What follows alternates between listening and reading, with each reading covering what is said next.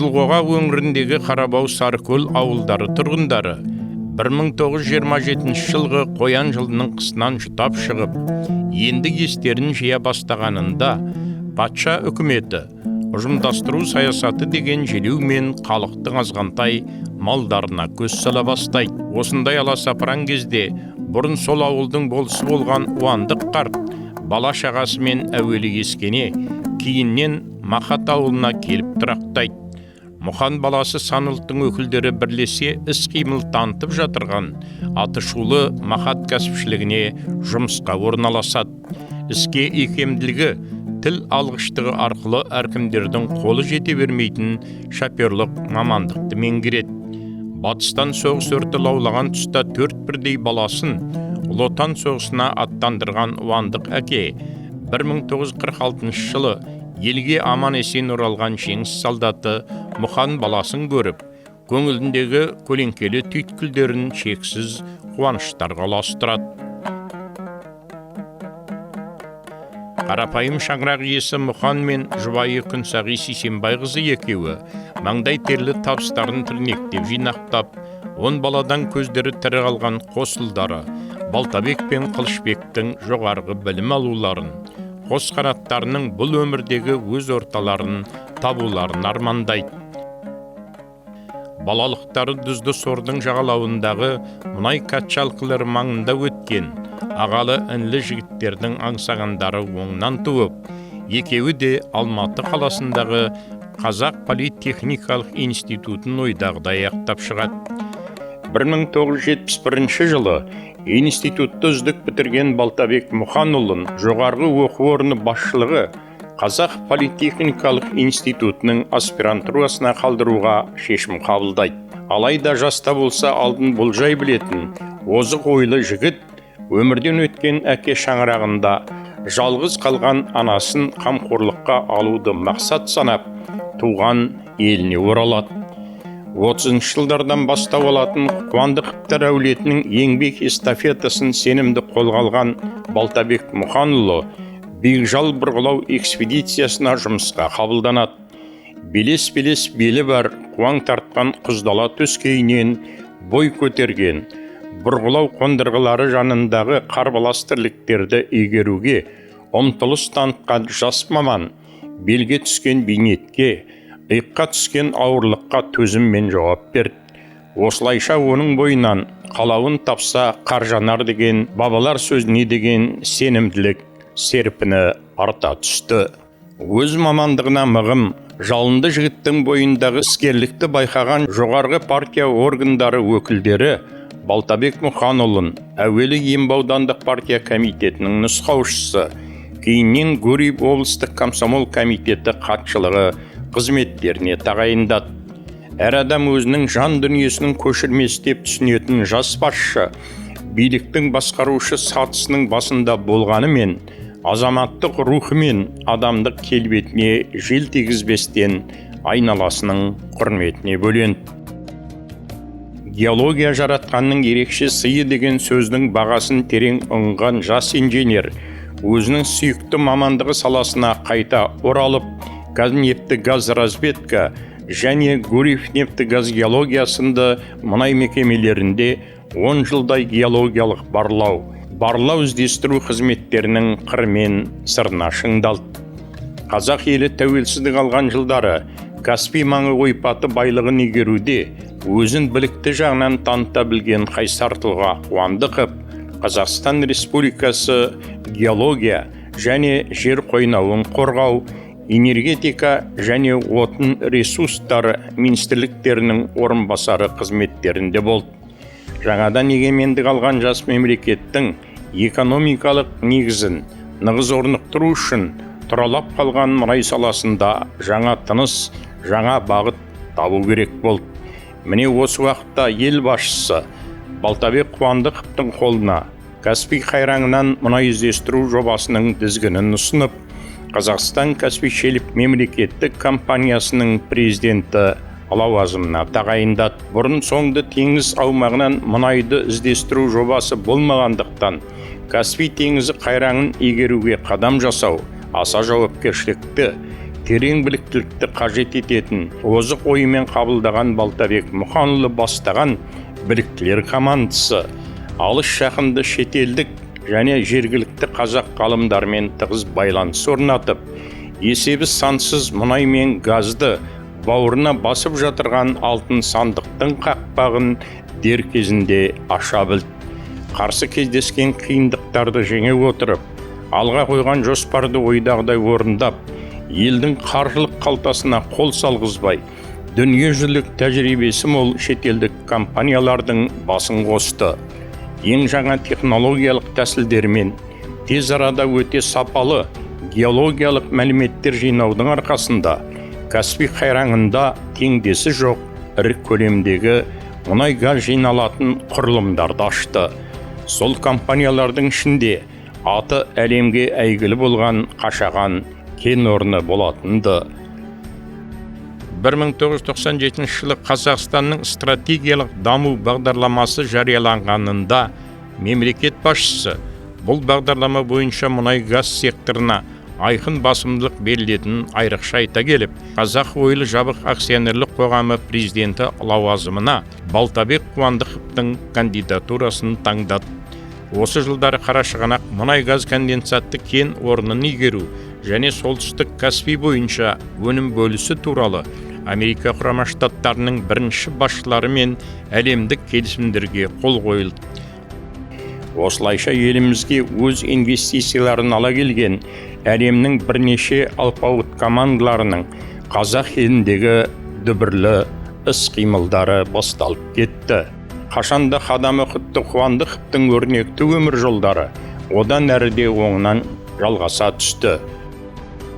Ол 1998 жылдан Chevron Overseas Petroleum компаниясының Калифорния орталық кеңсесінде бас кеңесші, 2001 жылдан канадалық Nielsen Resources Limited компаниясының президенті, 2006 жылдан бері Meridian Petroleum компаниясының президенті лауазымын адал атқарып келді.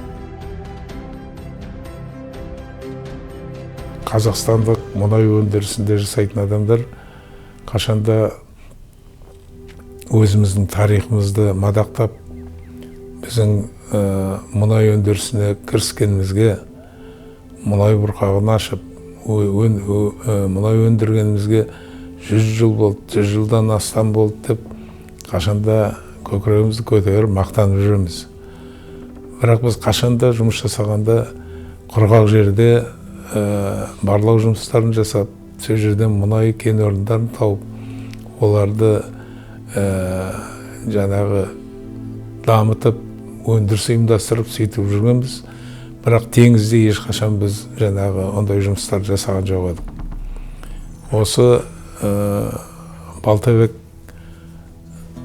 кезінде осы теңізден де үлкен барлау жұмыстар жасау керектігін көтеріп, осы мәселені жоғарғы басшылардың алдына апарып көрсеткеннен кейін, басқа да ғалымдардың осындай деректеріне байланысты үкімет егемендік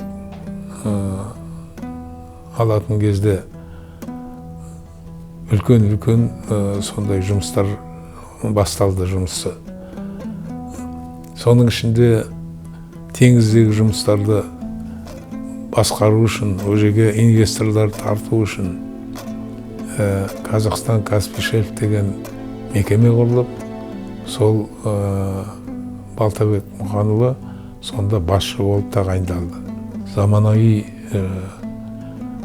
техниканы, технологияны қолданып, жақсы геофизикалық жұмыстар жасалып, осы консорциумның жұмысының нәтижесінде Қашағанда бірінші скважина қазылып, сол жерден мұнай бұрқағы шығып, және дүние жүзінде оған дейін 30 жыл бұрын, 30 жылдың ішінде ең үлкен алып кен орны ашылды.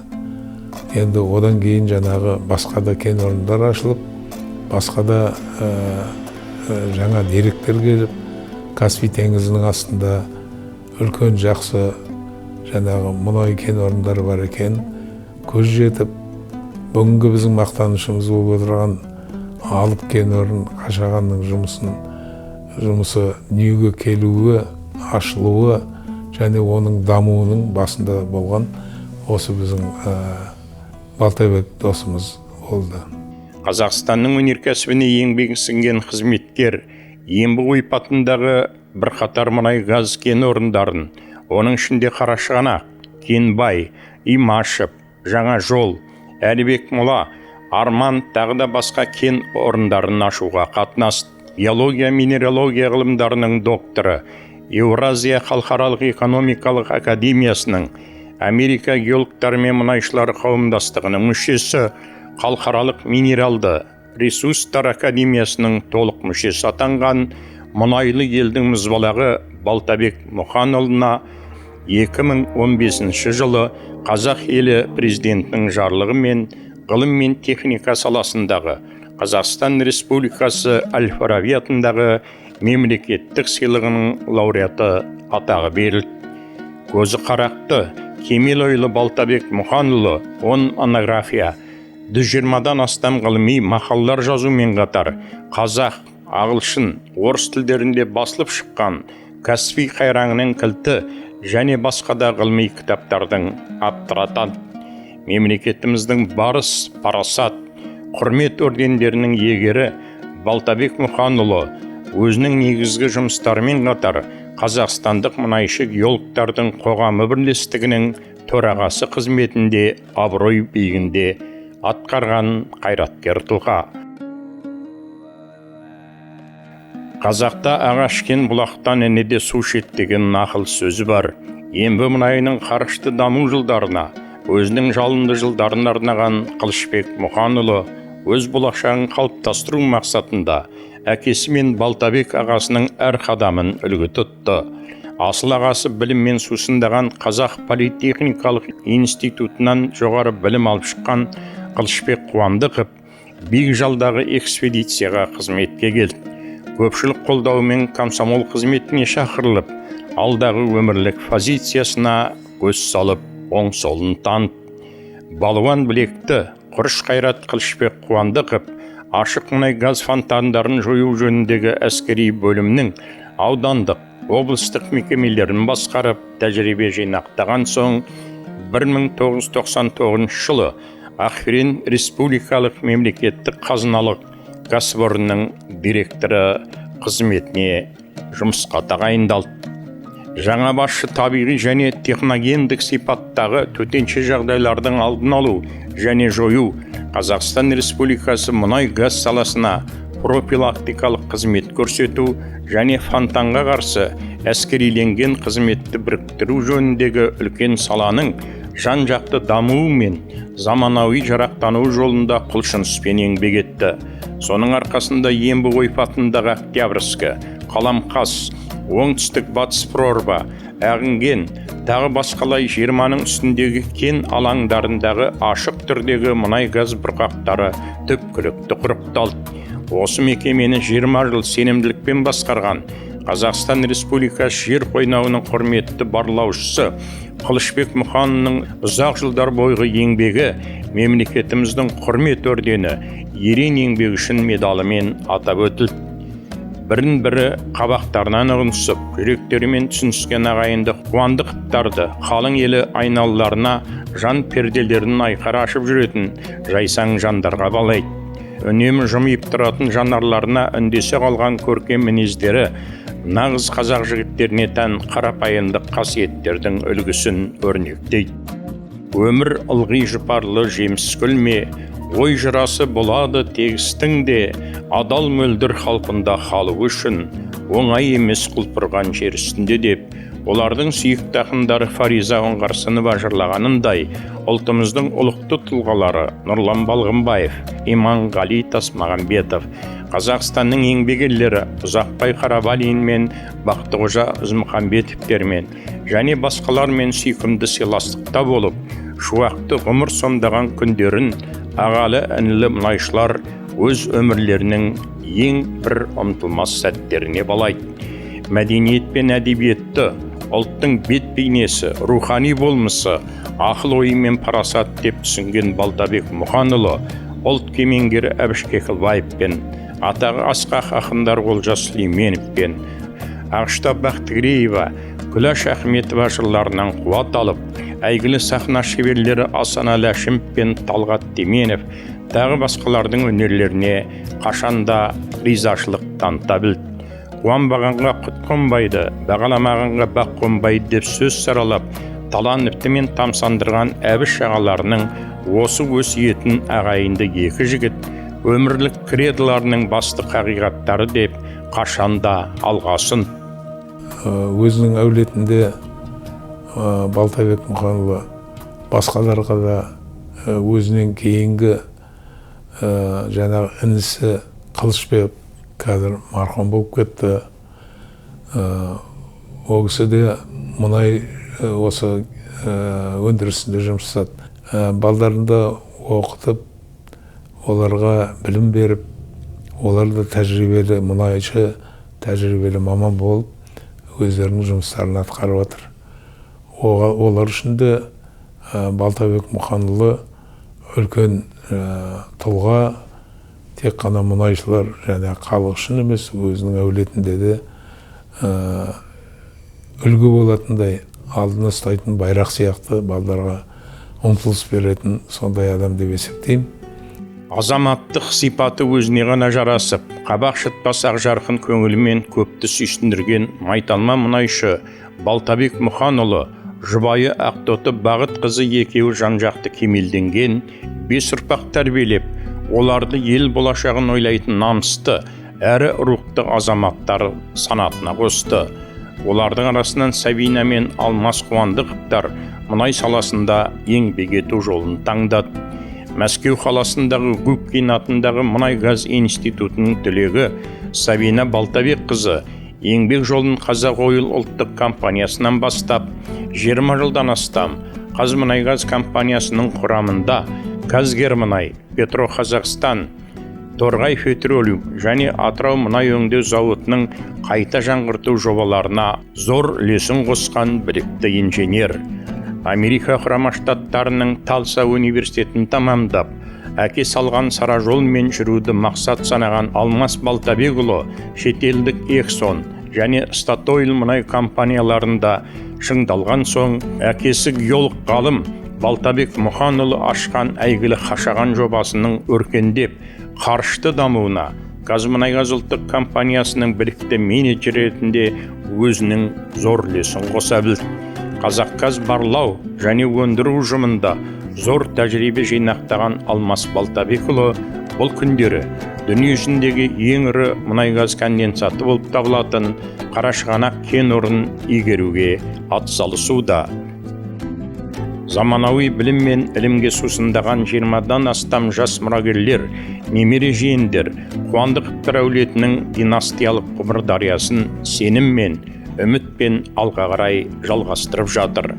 Олардың арасында өз таланттарымен ізденістері арқылы дүниежүзілік атаққа ие болып жүрген Айсұлтан, қазақ жастарынан шыққан белгілі кинорежиссер болса, Фариза Ұлыбританияның Талк телерадио компаниясының адам құқы және саясаты бөлімінің тілшісі, Жәңгір халықаралық деңгейдегі спортшы, Нұрислам Қашаған кенішінде геолог болып әулет мерейін асқақтатып жүр.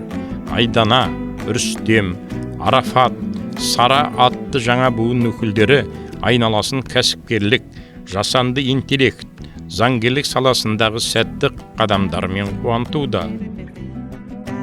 Кейін бұрылған кезде өткен өмірінің таза екендігін көруден асқан шынайы сезім жоқ деген француздың ғұламасы, Балзактың пайымына ұқсас өмір деген сиқырлы сахнаның шынайы кейіпкерлері бола білген Қуандықовтар әулетінің кешегісі мен бүгінгісіне терең үгілген сайын жан дүниең күн сәулесінің шуағындай жадырай түседі.